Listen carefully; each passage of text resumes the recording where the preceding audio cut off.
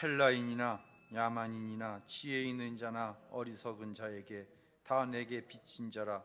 그러므로 나는 할 수 있는 대로 로마에 있는 너희에게도 복음 전하기를 원하노라.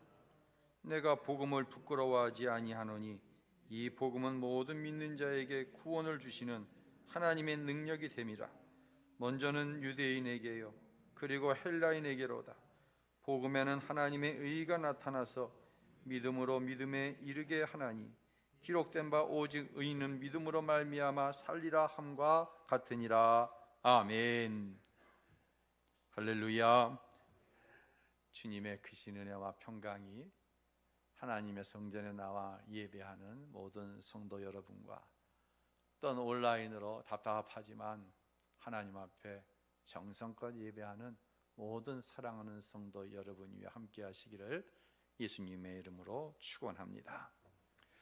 지난 여름 저 인천에 있는 할아버지 묘를 개장을 하고 이장해서 저 충청도 병천에 있는 할머니 묘에 합장을 했어요. 그러고는 가보질 못했어요.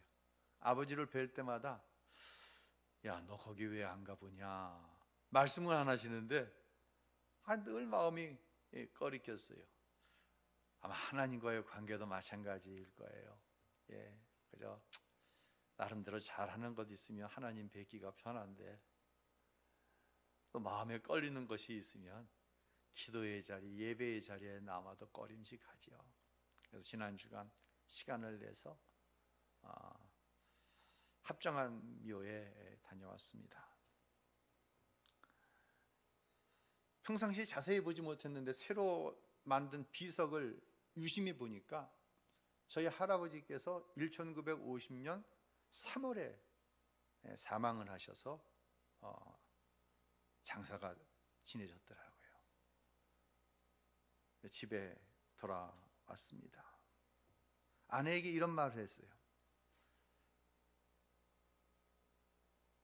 할아버지가 1950년 사망하셨으니까 저희 아버님이 25살 때였더라고요. 지금으로부터 70년 전 얘기니까요. 저희 아버님이 남동생 한 분을 두셨고 여동생 두 분을 그 밑으로 두셨어요. 여동생 둘을 아버님이 공부를 다 시키고 출가까지 시키셨어요. 그래서 제가 아내에게 야, 우리 아버지 참 대단하시다. 그리고 또 6남매를 키우셨으니 참 대단하시다. 근데 마침 아버님께 전화가 왔어요. 그 이야기를 나누는데 이 어르신이 양반은 못 되시는구나. 전화를 받고 통화하다가 아버님 그렇지 않아도 지금 유진호 몸과 아버님 얘기하고 있었어요. 아버지께서 25이 되셔서 동생들 다 공부시키고 출가시키시고 참 어머님 대단하세요. 참 대단하세요. 그랬더니 아버님 하시는 말씀이 대단하기는 누구든 어떻게 하면 다 한다? 닥치면 다 한다 라고 말씀하시더라고요. 그 말이 참 좋게 들렸어요. 무슨 말이 필요 있겠어요? 닥치면 다 한다. 아버님은 하나님의 은혜를 모르시는 분이죠. 만약 하나님을 아는 사람이 있었다고 한다면 뭐라고 얘기했을까요? 하나님의 은혜였습니다. 저와 여러분은 은혜로 살아가는 사람들입니다. 얼마나 힘든 한 주간을 또 보내셔야 했습니까? 지난 주간도 많은 성도들 교회로 찾아오신 분들 대면하고 또 그렇지 못하신 분들 전화로 만나봤어요. 안부를 물었어요. 참으로 어려운 하루하루를 살아가고 계셨습니다. 예외가 없었습니다. 그런데 거의 모든 성도들이 은혜로 살아가고 있는 것을 확인할 수 있었어요. 너무 감사했습니다. 그리고 기도했습니다. 하나님 아버지, 사랑하는 아무개 성도를 향한 하나님의 특별한 뜻이 있는 줄로 믿습니다. 은혜를 베풀어 주세요. 얼마의 시간이 지나서 모든 것이 다 하나님의 은혜였습니다 라고 고백할 수 있도록 축복해 주세요. 그리고 오늘 저와 여러분이 봉헌 찬송으로 부른 오직 예수뿐이네, 은혜 아니면 살아갈 수가 없네, 이 찬양을 찾아서 들으며 함께 부르는데 가슴이 뜨거워졌어요. 하나님이 베풀어 주실 은혜가 여러분에게 충만하게 채워질 것이라고 하는 사실이 확신되어지니까 또한 감사했어요. 저도 살아보니까요, 정말 죽을 것처럼 힘든 순간이 있더라고요. 여러분 어떠세요? 여러분 모두에게도 그런 순간이 있었고, 어떻게 보면 지금 그 순간을 살아가고 있습니다. 닥치면 다 합니다. 저도 이젠 그 얘기를 할 수 있어요. 닥치면 다 하더라. 제가 어려서는 아버님의 닥치면 다 한다, 이 얘기가 이해가 안 됐을 텐데 저도 겪어보니까 닥치면 하더라고요. 그러나 하나님 아버지께서 예수의 피로 저와 여러분을 자녀 삼으신 줄로 믿습니다. 그런 저와 여러분에게 은혜를 더하여 주시는 것이죠. 여러분, 닥치면 다 한다고 할 적에는요, 성실함과 오래 참음이 필요합니다. 그거 건너뛰고 하나님이 은혜만 베풀어 주세요? 아니에요. 제가 왜 아버님께서 은혜를 얘기하시지 않는데 닥치면 다 한다는 얘기가 좋게 들렸냐면, 그것이 마땅히 우리가 해야 할 일이기 때문이에요. 열심히 살아야 돼요. 그러나 저와 여러분 위에는 하나님이 그 위에 더하시는 은혜가 있는 줄로 믿습니다. 그래서 우리는 반드시 하나님의 약속하신 축복 가운데 거하게 될 것입니다. 자, 오늘 본문으로 다시 한번 돌아와 볼까요? 우리가 구원을 이야기할 때 대전제가 되어야 될 게 있어요. 진정한 구원은요, 나는 무엇입니다? 죄인입니다라고 하는 고백에서 출발합니다. 베드로가 예수님을 처음 만났을 때, 주님, 나는 죄인입니다, 나를 떠나소서. 만약 누군가가 아직 내가 죄인이라는 사실을 인정하지 않고 고백하지 않는다고 한다면 죄송합니다, 그분에게 성화의 과정이 출발되어졌는가, 그건 의심해 봐야 돼요. 로마서 3장 10절과 12절 읽습니다. 기록된 바 의인은 없나니 하나도 없으며 다 치우쳐 한 가지로 무익하게 되고 선을 행하는 자는 없나니 하나도 없다. 의인은 하나도 없어요. 우리가 하나님을 기쁘시게 할 만한 선을 행할 수 있는 능력이 저와 여러분에는 단 1도 없다는 얘기예요. 1961년 4월 11일 역사적인 재판이 텔아비브에서 있게 됩니다. 이 아돌프 아이히만이라고 하는 이 전범에 대한 재판이었어요. 이 사람인데요. 이 텔아비브의 공개 재판에서 아히시만은 15개의 범죄 사실로 이제 기소가 됩니다. 그 중에 첫 번째가 죽음의 수용소에서의 수백만 명 학살, 아우슈비츠 수용소를 얘기하죠. 치콜롬비 독가스 도입 및 운영, 리투아니아 8만 명 학살, 라트비아 3만 명 학살, 벨로루시아 4만 5천 명 학살, 우크라이나 7만 5천 명 학살, 키예프 3만 3천 명 학살, 계약 위반 등 모두 15가지 범죄 혐의가 낭독되어집니다. 근데 이 재판에는요, 이 아우슈비츠 가스실에서 구사일생으로 살아남은 에힐 다이누라고 하는 사람이 참여하고 있었어요. 그런데 재판 도중 이 사람이 실신하는 사건이 벌어집니다. 사람들은요, 이렇게 생각했어요. 야, 아우슈비츠에서 구사일생으로 살아났을 때의 그 공포가 이 아히시만을 보는 순간 일어나서 실신했을 것이다. 그런데요, 이제 깨어난 후에 기자회견에서 당신이 왜 실신했습니까? 다이누의 얘기는 달랐어요. 이런 얘기를 합니다.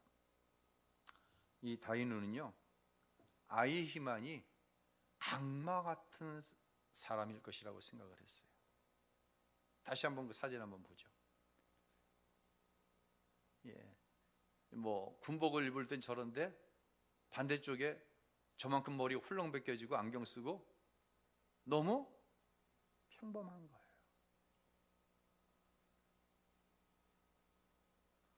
이 아히만은 음악을 좋아하고 손주 손녀의 재롱을 보며 행복해하며 황혼이 지는 강가를 부인과 함께 걷는 것을 좋아하는 지극히 평범한 사람이었어요. 다이누가 볼 때 이 아히만은요, 자기 자신과 다를 바가 전혀 없는 사람이더라는 거예요. 그런데 그 안에 수백만 명의 살인을 계획하고 실현한 악마성이 존재한다는 사실이 첫 번째 이 다이누를 충격에 빠뜨리게 한 거예요. 더 나아가 다이누는 자신과 모든 사람 안에 이와 같은 악마성이 존재한다고 하는 사실을 알게 되었을 때에 스스로가 너무 두렵고, 누가 두려워야 아이만이 두려운 게 아니라 자기 자신이 너무 두렵고 자기 자신에 너무 절망한 나머지 실신할 수밖에 없었다는 것입니다. 사랑하는 성도 여러분, 인간은 100% 죄인입니다. 나도 죄인입니다. 여기서부터 복음의 능력이 시작됩니다. 우리가 로마서를 이제 1장 시작했는데요, 로마서가 끝나는 그날까지 대전제되어야 될 것은 무엇이냐면, 나는 무엇이다?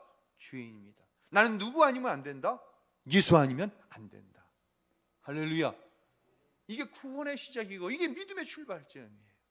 만약 나 자신이 죄인이라는 사실을 인정하지 않는다고 한다면 그는 구원의 능력에 참여할 수가 없어요.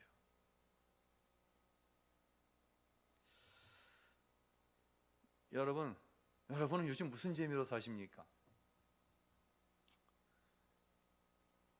요즘 정말 사는 게 재미없다고 하는 사람들이 너무 많습니다. 어떠세요, 여러분요? 저도 그렇습니다. 요즘 뭐 새벽기도 안 하죠. 설교도 많이 줄었죠. 신방 못 하죠. 제가 32여 년 목회하면서 이만큼 육체적으로 편안했던 때가 없었던 것 같아요. 그런데요, 사는 게 정말 재미없어요. 몸이 편한데 왜 그럴까요? 팀 한셀이라고 하는 교육학자가 이런 글을 썼어요. 한셀이 10년 만에 만난 친구가 있었어요. 근데 그 친구를 보고 한셀이 놀랐어요. 왜냐하면 10년 만에 만난 그의 변화된 모습을 보고 놀란 거예요. 10년 전에도 그 친구는 참 착하고 성실한 크리스찬이었어요. 그런데 10년 만에 만난 그는 성령 충만했고 기쁨과 확신에 찬 모습이었어요. 여러분, 이걸 구별할 줄 알아야 돼요. 다시 말씀드립니다. 착하고 성실한 크리스찬, 이거면 되는 거 아닙니까? 10년 후에 성령 충만하고 기쁨과 확신에 찬 변화된 친구의 모습, 이거에 놀란 거예요. 착하다, 성실한다, 그리고 교회 열심히 다닌다, 이것과 이게 다릅니까? 어떻게 생각하세요? 혹시 여러분의 목표가 내 자녀가 예수 믿어서 착한 사람, 성실한 사람, 혹시 그것이 목적은 아니십니까? 로마서를 읽으면서 여러분의 눈이 이쪽에서 이쪽으로 옮겨지기를 원해요. 한셀이 친구에게 물었어요. 여보에게 친구, 지난 10년 동안 자네에게 무슨 일이 있었던 건가? 친구가 말했습니다. 나는 로마서를 다시 읽으면서 내가 정말 죄인이라는 사실을 깨닫게 되었고, 성령께서 내 안에 내주하고 계시다는 사실을 깨달은 후부터 내 안에 일어나는 변화를 보게 되었다네. 자, 이 문제를 잘 정리하고 넘어가야 됩니다. 오늘 예배에 나오신 분들, 또 온라인으로 예배를 드시는 분들, 이 부분을 잘 정리하고 넘어가야 됩니다. 다시 말씀드립니다. 한셀이 다시 물었습니다. 그러면 전에는 마찬가지 아니었나? 성실하고 착한 거, 성령 충만하고 기쁨과 확신에 차 있는 거 마찬가지 아니었나? 친구가 얘기합니다. 맞아. 내가 죄인이라고 하는 사실을 난 항상 알고 있었지. 그리고 죄를 지으면 양심 때문에 힘들어만 했지. 그런데 로마서를 읽으면서 두 가지 중요한 사실을 깨닫게 되었어. 나는 지금까지 항상 죄인이었고 앞으로도 죄인으로 살아갈 수밖에 없다는 사실을 깨달았어. 그걸 받아들이게 되었어요. 이제 나는 앞으로 사는 삶 동안 철저하게 하나님 중심도 아니고 형제와 이웃 중심도 아니고 나 중심적인 삶을 살아갈 텐데 이것이 죄라는 사실을 내가 인정하게 되었어. 난 앞으로도 그렇게 살아갈 수밖에 없어. 그 사실을 전인격적으로 받아들인 이후에는 죄를 범했어요? 그럼 그 죄의 문제를 가지고 주님 앞에 나아가 정직하게 고백하게 되었어. 하나님, 내가 오늘도 하나님 중심으로 이렇게 살지 못했습니다. 하나님, 내가 오늘도 형제와 자매 중심으로 살지 못했습니다. 내가 이런 죄를 졌습니다. 내 힘으로는 이것을 감당할 수 없습니다. 하나님, 나를 불쌍히 여겨주세요. 회개하게 되었다는 거예요. 그런데 두 번째 깨달은 것은 더 놀라웠어. 내가 만일 어떤 훌륭한 일을 하나님을 위해서, 이웃을 위해서, 교회를 위해서, 가족을 위해서 했으면 대단한 일을 했다고 내가 생각했는데 이 모든 일을 하나님께서 하셨다고 하는 확실한 믿음이 내 안에 들어온 거야.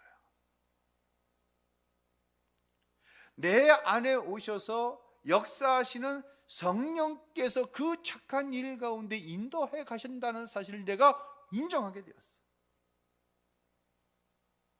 그 후부터는 나를 통해서 성령 하나님께서 어떻게 역사하셨는가를 보는 재미로 살게 되었어.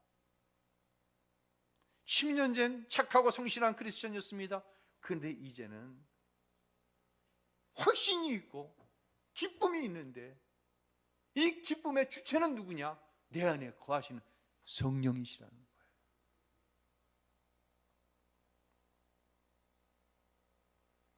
사랑하는 성도 여러분,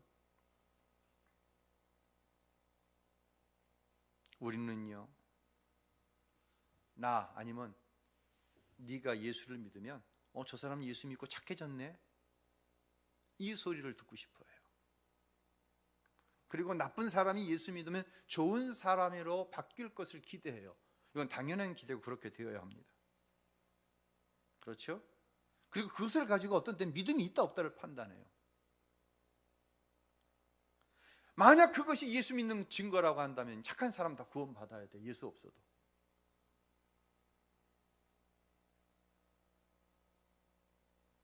만약 그것이 예수 믿는 구원의 조건이라고 한다면 교회당에 있는 저와 여러분보다 예수 없이 구원받을 수 있는 세상 사람들 많이 있어요. 예수 믿으면 착한 사람 돼야 돼요. 그런데 예수 믿으면은요, 놀라운 사람이 되는 거예요. 할렐루야. 놀라운 사람이 되는 거예요. 로마서 3장 23절 함께 읽습니다. 모든 사람이 죄를 범하였음에 하나님의 영광에 이르지 못하더니, 다시 말씀드립니다. 모든 사람입니다. 의인은 없나니 하나도 없습니다.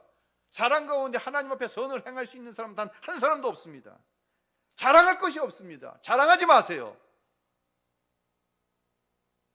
자랑하는 사람은 아직도 내가 죄인이라는 사실, 내 안에 선을 행할 수 있는, 하나님의 영광을 드러낼 수 있는 가능성이 단 1도 없다는 사실을 받아들이지 않는 거예요. 인격적으로 받아들이지 않는 거예요. 그런데 예수를 믿고 하나님의 은혜가 아니면 죄로부터 구원받을 수 있는 가능성이 단 1도 없다는 사실을 깨닫게 되었어요. 오직 성령님 안에서 하나님의 도우심을 이때부터 구하는 거예요. 하나님 도와주세요. 나로서는 할 수 없는 말, 나로서는 할 수 없는 행동, 나로서는 할 수 없는 마음에 생각하는 일들이 성령의 도우심으로 말하고 행동하고 생각하게 되었습니다. 이 재미로 살아가는 거예요. 자, 상대방의 문제 때문에 이혼을 생각하고 있습니다. 내 남편, 내 아내는 절대로 변하지 않아. 더 이상 내 생애를 낭비할 수가 없어. 저런 인생 때문에 낭비할 수가 없어. 난 이혼할 거야. 그런데 상대방의 죄가, 연약함이 어느 순간부터 불쌍함으로 보이기 시작합니다.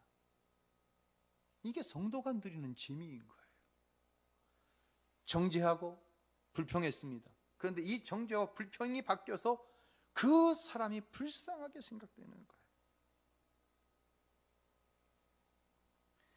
이전에는요, 힘들지만 참고 살았어요. 착하고 성실한 그리스도인인데 뭐가 없어? 힘들지만 참고 살았으니까 그 인간하고 살아가는 걸 뭐가 없어? 기쁨이 없는 거예요.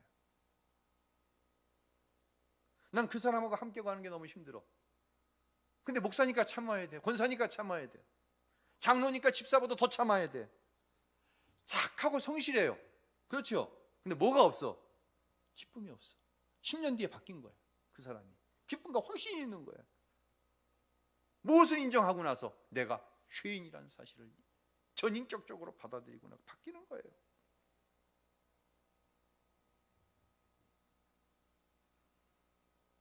이제는 미워하던 그 사람을 위해서 미워하고 정죄의 마음으로 가득 찬 이 마음을 가지고 주님의 십자가 밑으로 나아가기만 하면 주께서 그를 불쌍히 여기고 그를 사랑하는 마음으로 바꿔주시는 거예요. 이 재미로 살아가는 거예요. 누가 기도해요? 이 재미를 아는 사람이 기도하는 거예요.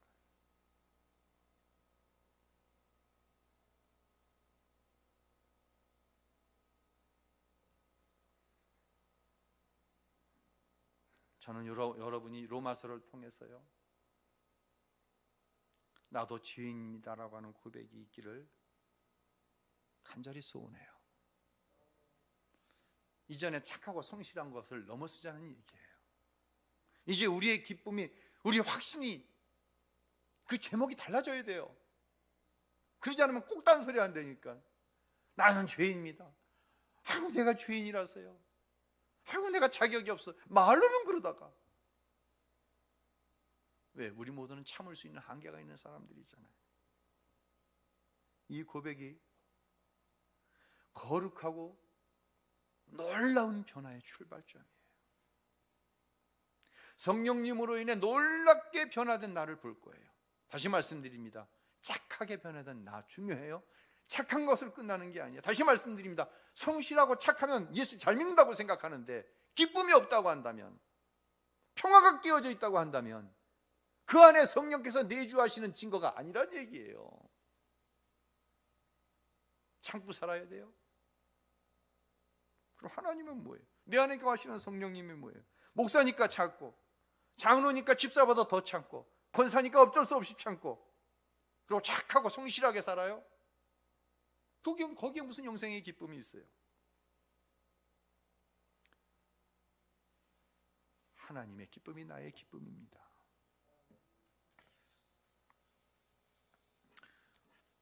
오직 복음만이 그래서 구원을 이루는 능력이에요. 예수 믿으면 구원 받아요. 구원이란 뭡니까? 전인격적으로 죄의 결과에서 해방되는 거예요. 15절로 16절 함께 읽습니다. 그러므로 할 수 있는 대로 로마에 있는 너희에게도 복음 전하기를 원하노라.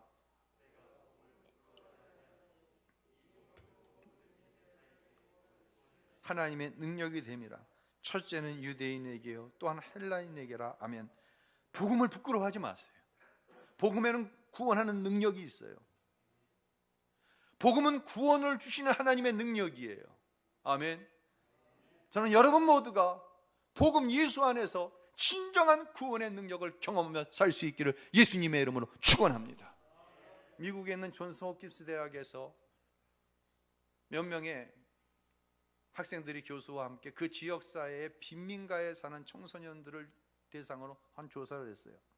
200명을 대상으로. 그들이 앞으로 한 20년, 30년 지나갔을 때 어떤 삶을 살 것인가, 청년이 되었을 때, 장년이 되었을 때 어떤 삶을 살 것인가, 통계를 가지고 해봤더니 200명 중에 90%가 교도소에서 인생을 절반 이상 살게 될 것이다 라고 하는 결과가 나왔어요. 이건 통계적인 결과예요. 참 비관적이죠? 그로부터 25년이 지났습니다. 이 존스 홉킨스 대학의 이제 후배들이 자 이제 그 결과를 한번 보자. 이미 그 빈민가에 살고 있던 사람들이 많이 흩어졌어요. 그래서 200명 중에 180명을 찾아낼 수 있었어요. 그런데 놀라운 것은 이 180명의 사람들이 어디에 있어야 돼? 대부분 교도소에 있어야 되는데 4명만이 교도소에 있고 나머지 176명은 아주 평범하고 성실한 삶을 살고 있었습니다. 그들에게 물었습니다. 도대체 당신들이 어떤 영향을 받았기에 이 통계가 빗나가는 삶을 살고 계신가요? 그랬더니 이 176명이 공통적으로 한 분의 선생님이 이야기를 합니다. 이 팀이 그 선생님을 찾아가서 물었어요. 도대체 선생님이 학생들에게 어떻게 했길래 이구동성으로 선생님 이야기를 합니까? 그랬더니 선생님 하시는 이야기가 저는 학생들에게 특별한 일을 한 것이 없습니다. 단지 그들을 사랑했을 뿐입니다. 그렇습니다. 저와 여러분은 복음을 부끄러워하지 않습니다. 복음, 즉 예수님의 십자가의 사랑이 저와 여러분을 구원했고 저와 여러분을 구원한 이 복음이 내 가정을 구원할 것이고 이 나라와 이 민족을 구원할 것이고 이 복음이 세계 최강의 강국인 로마를 정복한 복음이기 때문에, 능력이기 때문에 우리는 이 복음을 절대로 부끄러워하지 않습니다. 한 선생님의 사랑이 200여 명의 청소년의 영혼을 구원해낸 거 아니겠습니까? 그들의 미래를 바꾸었습니다. 예수의 십자가의 사랑이 죄로 인하여 영원히 죽을 수밖에 없는 나의 운명을 바꾸었습니다. 이것이 나의 간증입니다. 이것이 여러분의 간증이 되시길 주의 이름으로 축원합니다. 그리고 성령의 인도하심을 따라 세상 사람이 아는 재미가 아닌 성령 안에서 누리는 특별한 재미를 알아 더 이상 참고 기쁨을 잃어버리는 영생 없는 삶이 아니라 성령의 내주하심으로 인하여서 그분의 인도하심을 따라갈 때 주시는 확신, 기쁨 가운데 놀라운 사람이 된 것입니다. 뭐가 변화시켰어요? 복음이. 복음이 로마를 정복한 것처럼 복음이 여러분의 가정을 정복할 것입니다. 복음이 이 나라와 이 민족을 정복할 것입니다. 복음이 전 세계를 정복할 것입니다. 이것이 저와 여러분의 확신입니다.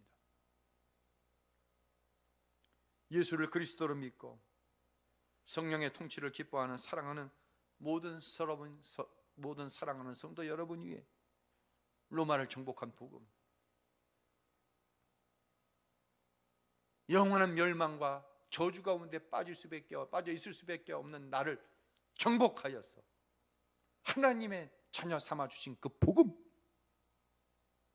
그 복음의 능력. 복음의 능력이 뭐라고요? 착하고 성실한 것을 넘어서는 놀라운 삶, 오직 예수 확신, 오직 예수 안에서 진정한 하늘의 기쁨을 누리며 살아가는 모든 사랑하는 성도 여러분들이 되시기를 우리 주님 예수 그리스도의 이름으로 축원합니다. 할렐루야.